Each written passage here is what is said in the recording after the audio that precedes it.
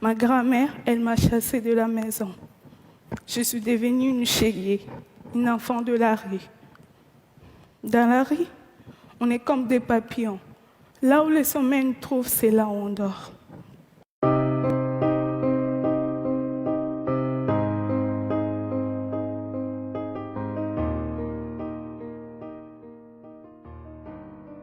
Je suis née en République démocratique du Congo, dans une bonne famille, oui.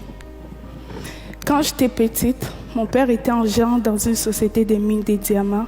On vivait dans une grande maison à Mbujimayi, dans la province du Kasaï.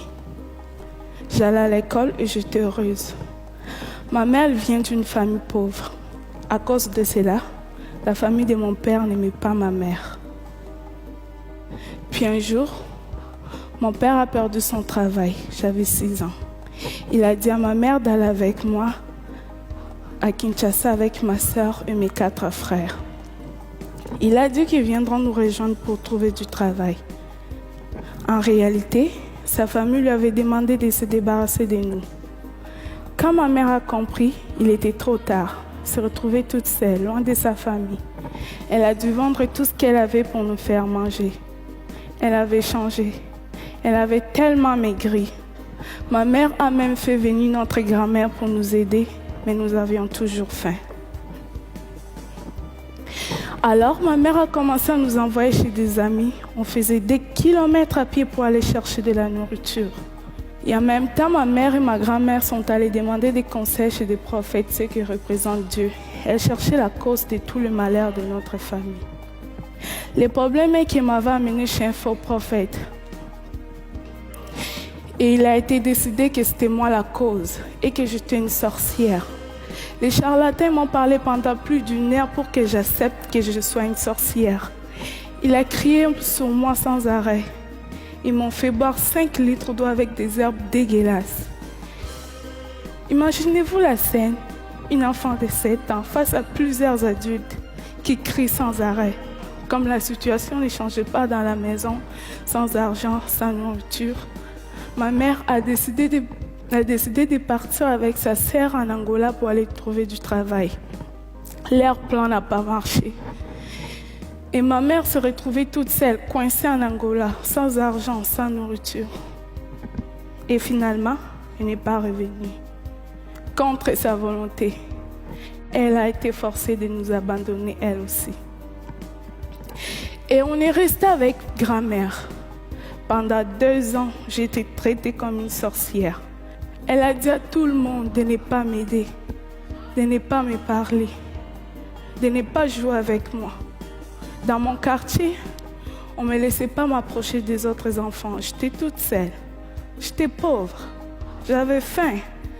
Mais j'étais surtout pauvre d'amour. Et finalement, ma grand-mère, elle m'a chassée de la maison. Je suis devenue une chélier, une enfant de la rue. Dans la rue, on est comme des papillons. Là où le sommeil nous trouve, c'est là où on dort. Dans la rue, on devient des soldats pour survivre. On oublie la lecture et l'écriture pour apprendre à se battre.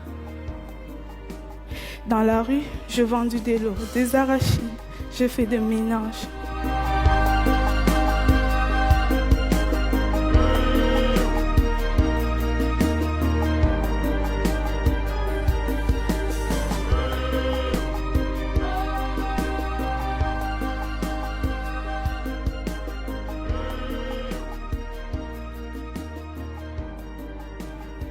Le film a eu beaucoup de succès. Je suis passée des rues de Kinshasa au tapis rouge des festivals.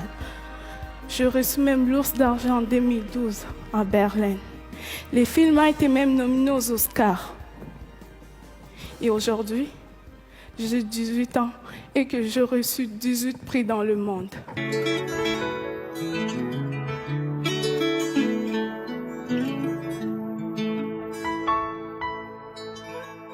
Quels que soient tes revers, même si tout va de travers, et si tout semble être à l'envers, prends courage, persévère.